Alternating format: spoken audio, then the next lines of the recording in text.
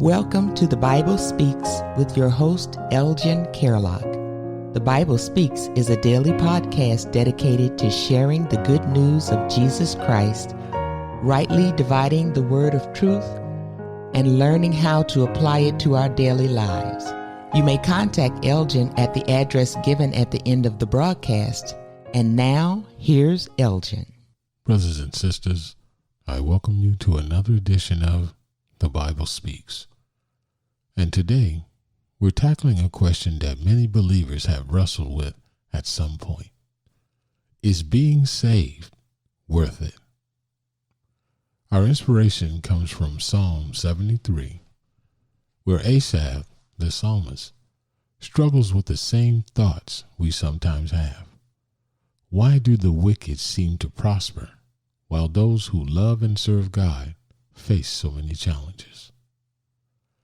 It's easy to feel discouraged when we see people who don't follow God appearing to have success, wealth, and an easy life. Even great men of faith like Gideon and Habakkuk have asked God, why do the wicked prosper? But today, I want to encourage you. We are a peculiar people, set apart for God's purpose. Our joy, peace, and blessings don't come from worldly success, but from our relationship with Him. So let's explore why being saved is not just worth it, it's the only way to true fulfillment. Psalm 73 begins with Asaph being honest about his feelings. But as for me, my feet had almost slipped.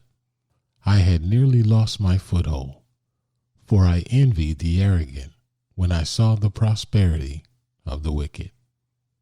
Verses 2 through 3, reading from the NIV. Have you ever felt like that?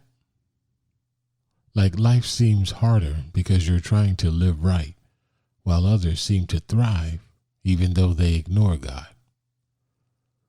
When we take our eyes off God and focus on the world, comparison leads to discouragement. We start questioning whether our faithfulness is worth it. But Asaph's perspective changed when he turned back to God. When I tried to understand all this, it troubled me deeply till I entered the sanctuary of God. Then I understand their final destination. Verses 16 through 17.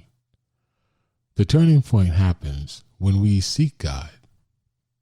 The world may have temporary success, but our treasures are eternal. If you've ever questioned why God allows the wicked to prosper, you're not alone.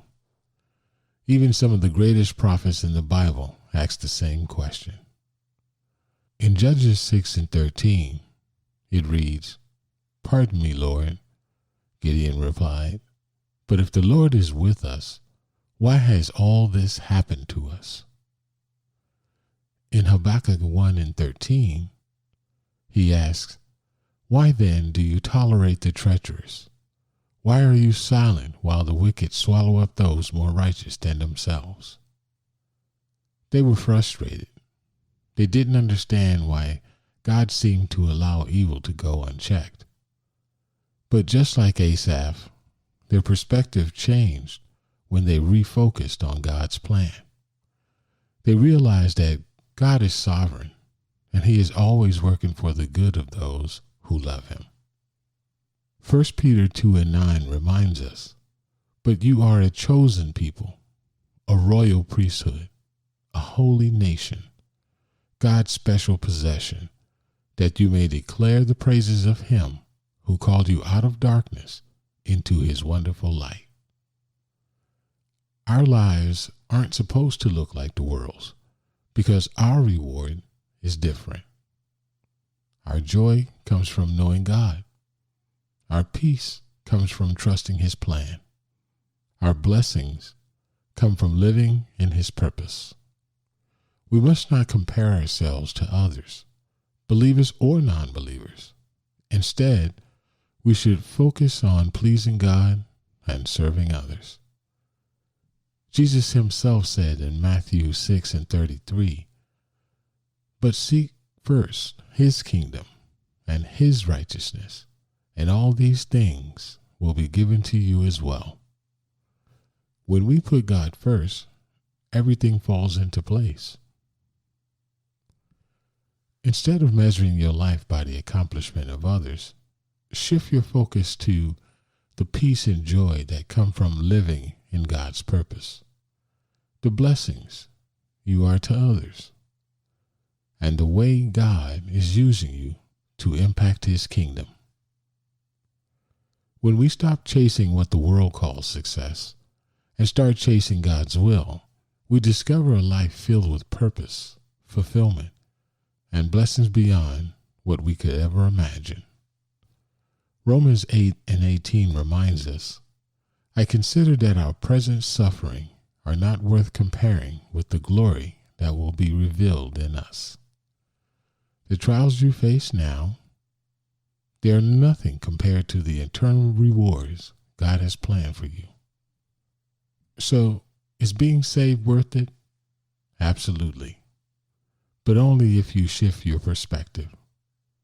Psalm 73 shows us that when we compare ourselves to the world, we can feel discouraged.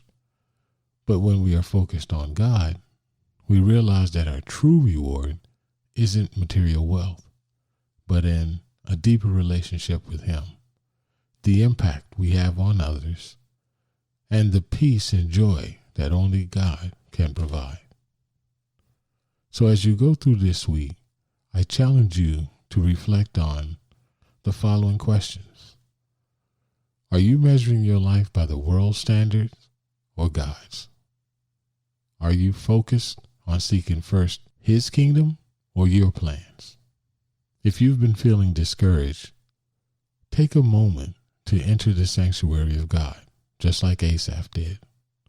Refocus your heart and watch how God reveals his goodness in your life. If this message has encouraged you, share it with someone who might need it. And don't forget to stay faithful, stay focused, and trust that God's plan for you is worth more than anything the world could ever offer. I thank you for spending time with me on today, and I look forward to our time together on tomorrow. Until then, God bless.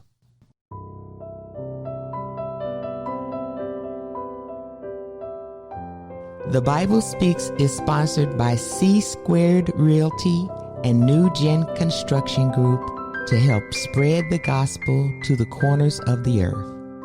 If anything you've heard poured into your life, please share it with someone. You can find The Bible Speaks on Spotify, Amazon Music, Deezer, and many more. Follow us on YouTube at The Bible Speaks Online. You may contact Elgin at P.O. Box 5582, Ocala, Florida 34478, or by email at thebiblespeaksonline@gmail.com.